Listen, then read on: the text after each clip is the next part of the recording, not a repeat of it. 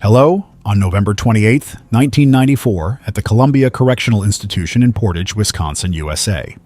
Jeffrey Dahmer, a serial killer, was sentenced to 15 consecutive life terms for the brutal murder of 15 men over a span of 13 years. During this period, Dahmer murdered at least 17 men, most of whom were young African American and gay. Dahmer lured his victims to his home with promises of money in exchange for nude photographs. He then drugged and strangled them to death, dismembered their bodies, and even cannibalized them. When police searched Dahmer's apartment following his arrest, they discovered various body parts, including a human head in the freezer. Dahmer was apprehended on July 22, 1991, and confessed to 15 out of the 17 murders he admitted to. By February 1992, the jury concluded that he was fully sane and not suffering from a mental disorder as he had previously claimed. Dahmer was tried on 15 counts of first-degree murder with a total sentence amounting to 957 years in prison. 2 years later, he was killed by another inmate. With 17 murders and a penchant for keeping his victims' bodies, Jeffrey Dahmer earned the moniker of America's most depraved killer. Konarak, a 14-year-old boy, was the only one to escape from this monster. Fortune favored him when Dahmer briefly left the apartment while attempting to drug him.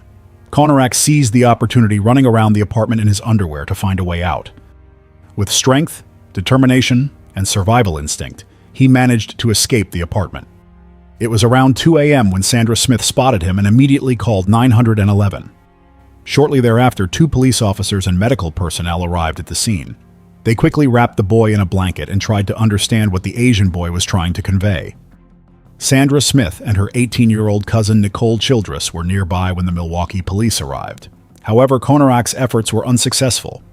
Dahmer, a tall, blonde man, told the police that Konarak, who was 19 years old, was his lover, and that the boy was intoxicated. Konarak had been drugged, so he was incoherent and unable to counter Dahmer's fabricated statements. To support his claims, Dahmer provided the police with a photograph. Sandra Smith and Nicole Childress tried to intervene in the conversation, feeling very angry because they had witnessed Konarak's terrified expression as he tried to escape from Dahmer before the police arrived. However, the officers only listened to the pale-faced man and did not investigate further. To verify Dahmer's account, the 2 officers took the boy to Dahmer's apartment. Konarak's clothes were seen on the sofa, and there were also 2 photos of the boy in black underwear. The boy sat silently on the sofa, unable to say anything and panicking, to the point where he could not comprehend Dahmer's explanations to the police. Dahmer apologized to the police for the trouble caused by his partner and promised that such incidents would not happen again. The police believed him, and not wanting to stay longer in the apartment of a homosexual couple, left while Konarak remained seated on the sofa, unaware that they had missed the horrifying events occurring and about to occur in that apartment. What the police overlooked in the apartment's bedroom was the decaying body of Tony Hughes. They missed the fact that immediately after the police left, Dahmer returned to strangle the Asian boy to death and engage in sexual activity with his corpse. Moreover, they overlooked photographs that the murderer had taken of the boy's remains dismembered into parts, and kept the head as a trophy. The story did not end there, as the mother of 2 girls had also reported to the police upon seeing the boy running down the street. Glenda Cleveland, 36 years old, called the police to clarify the situation regarding the Asian boy and inquired about his age. However, the authorities responded that the boy was not a child, but an adult. Despite this, Glenda continued to ask questions, causing the officer to reply curtly that she did not need to ask anymore and that the boy was living in his boyfriend's apartment, so they could not interfere in their lives. 2 days later, Glenda called the police again and read an article about the disappearance of a Laotian boy named Konarak Sinthasamphone, who resembled the boy who had escaped from Jeffrey Dahmer's home. The police immediately hung up without further comment, and Glenda's attempts to contact the FBI in the Milwaukee area were also unsuccessful. 2 months later, on July 22, 1991, 2 Milwaukee police officers were patrolling around Marquette University, an area with a high crime rate. Around midnight, they encountered a man in handcuffs and asked him what had happened, suspecting he had just escaped from other officers. The man, Tracy Edwards, began to recount a bizarre encounter with a man who had assaulted him at his apartment. Typically, the police would avoid cases involving homosexuality, but the 2 officers decided to check on the man Edwards had accused. The man lived in the Oxford Apartments at 924 North 25th Street. They knocked on the door of apartment 213, and a blond man about 31 years old who appeared quite presentable answered. When they entered the bedroom to unlock Edwards' handcuffs, one of the officers noticed disturbing photographs around the room. In the refrigerator, the officer discovered body parts and a head. The officer immediately handcuffed the suspect and ordered his arrest. The blond man, the suspect, lunged at the officer who was restraining him while the other officer approached the open refrigerator, abruptly slammed the door shut, and yelled that there was a head in the refrigerator. The police began searching the apartment and were horrified by the scene. A foul odor pervaded the apartment.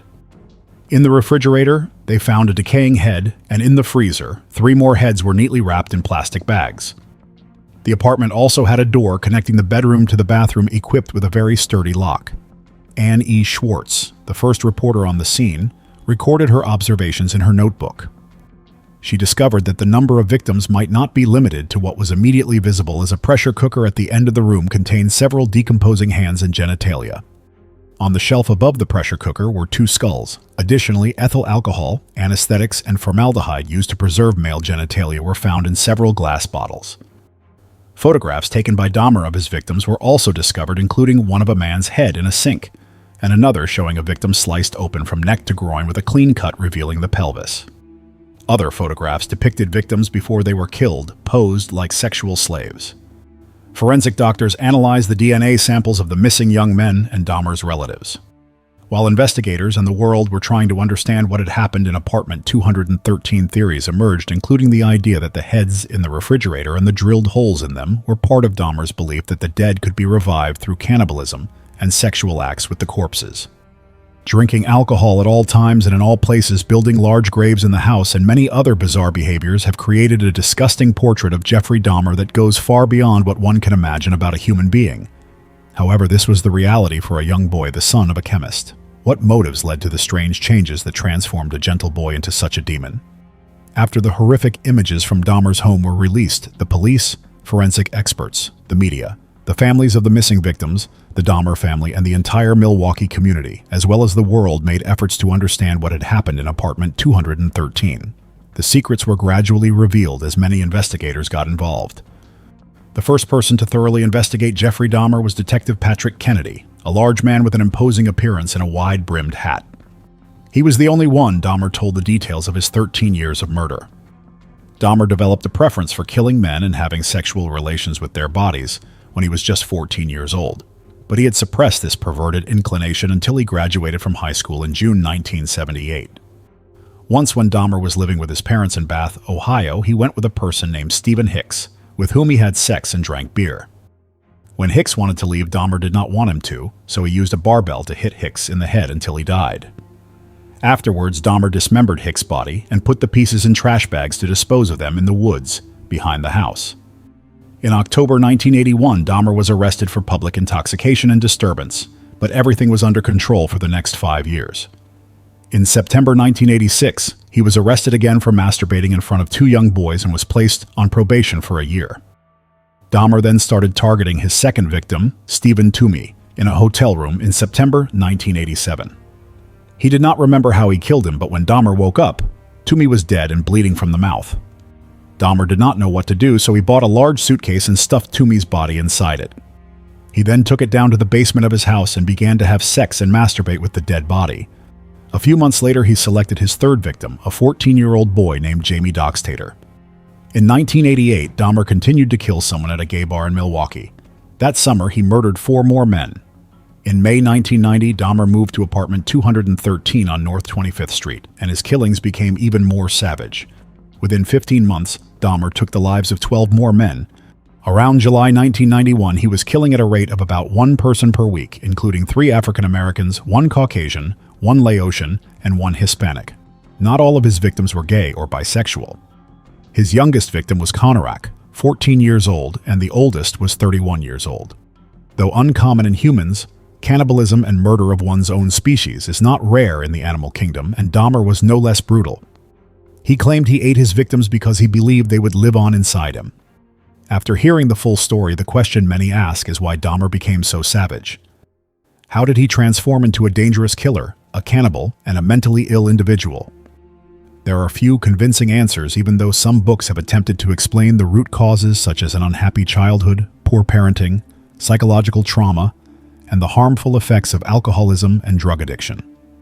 In the book A Father's Story, Lionel Dahmer, the killer's father, said that parents always want to provide the best education for their children, but children often build a huge barrier against their parents and are terrified of becoming that way. It is like a whirlpool that can sweep everything away. Lionel also frankly acknowledged the negative factors in Dahmer's life. Dahmer's family was not perfect. His mother was often ill and in poor health, while his father, a doctorate-holding chemist, was frequently absent to avoid family troubles. Their marriage was cold, and they ultimately divorced when Dahmer was only 8 years old.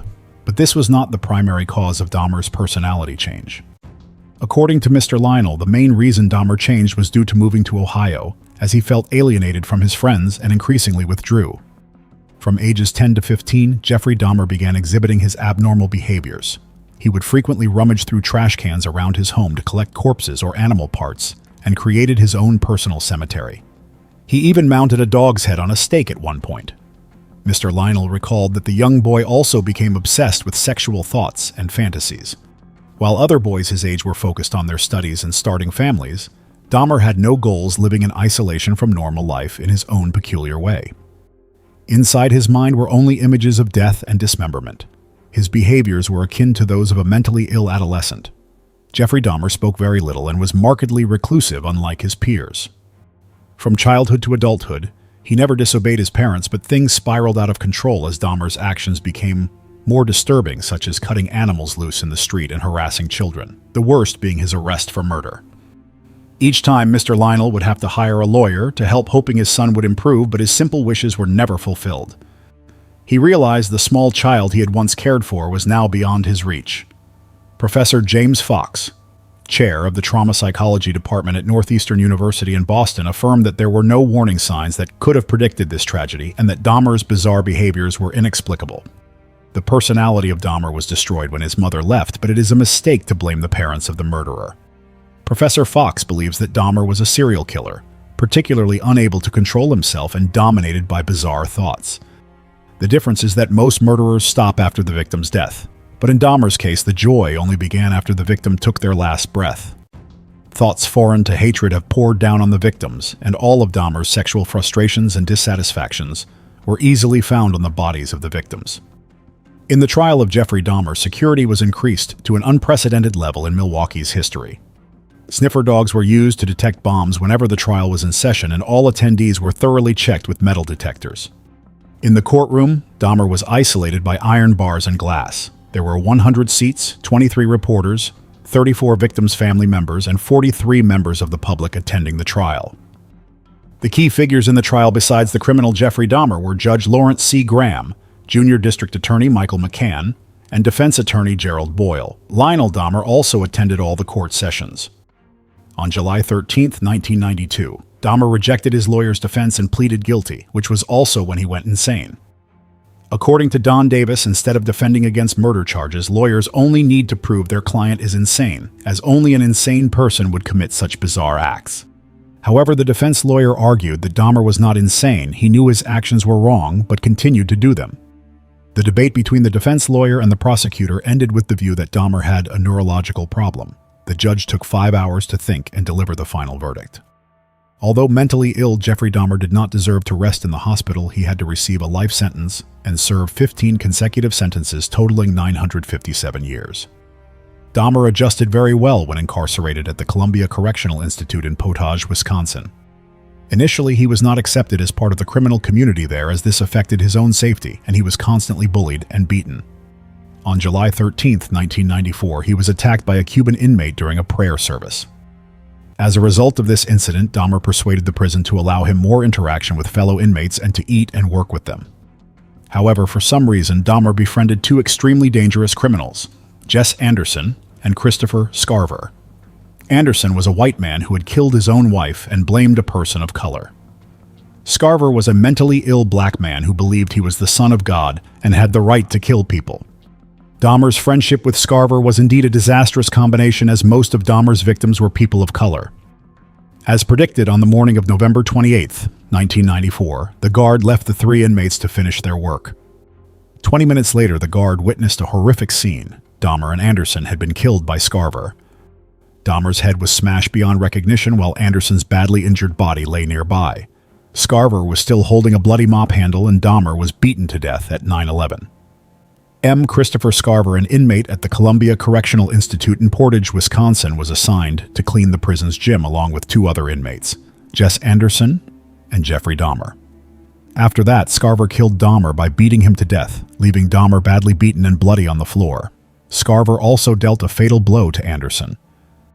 Afterwards, he walked back to his cell, and when a guard asked why he was back early, Scarver replied, "God told me to do it, you'll hear about it on the 6 o'clock news." Jess Anderson and Jeffrey Dahmer died on that fateful day in 1994. Christopher Scarver only observed Dahmer from a distance and did not pay much attention to him. According to Scarver, the one who killed Dahmer showed no remorse and used the prison food and tomato sauce to recreate the severed limbs as a means of mocking the other inmates. Scarver also said that he had witnessed several fiery confrontations between Dahmer and other inmates. Once a fellow inmate named Osvaldo Dorothy had tried to slit Dahmer's throat with a razor in front of the guards. However, Dahmer was not seriously injured and continued to participate in normal activities in the prison until November 28, 1994. When there were no guards around, Dahmer had provoked Scarver while the 2 were cleaning the gym. Dahmer or Anderson had poked Scarver in the back, and they both started giggling, which angered Scarver. Scarver took a 20-inch metal rod from an exercise device, cornered Dahmer near the locker room, and pulled out a newspaper clipping detailing Dahmer's horrific crimes before the confrontation ended with Dahmer's death. After killing Dahmer, Christopher Scarver received 2 additional life sentences and was transferred to other prisons. What are your thoughts on this case? Feel free to leave your comments below so that everyone can see them. If you found this video helpful, please consider liking and subscribing to our channel. Thank you for watching. Goodbye.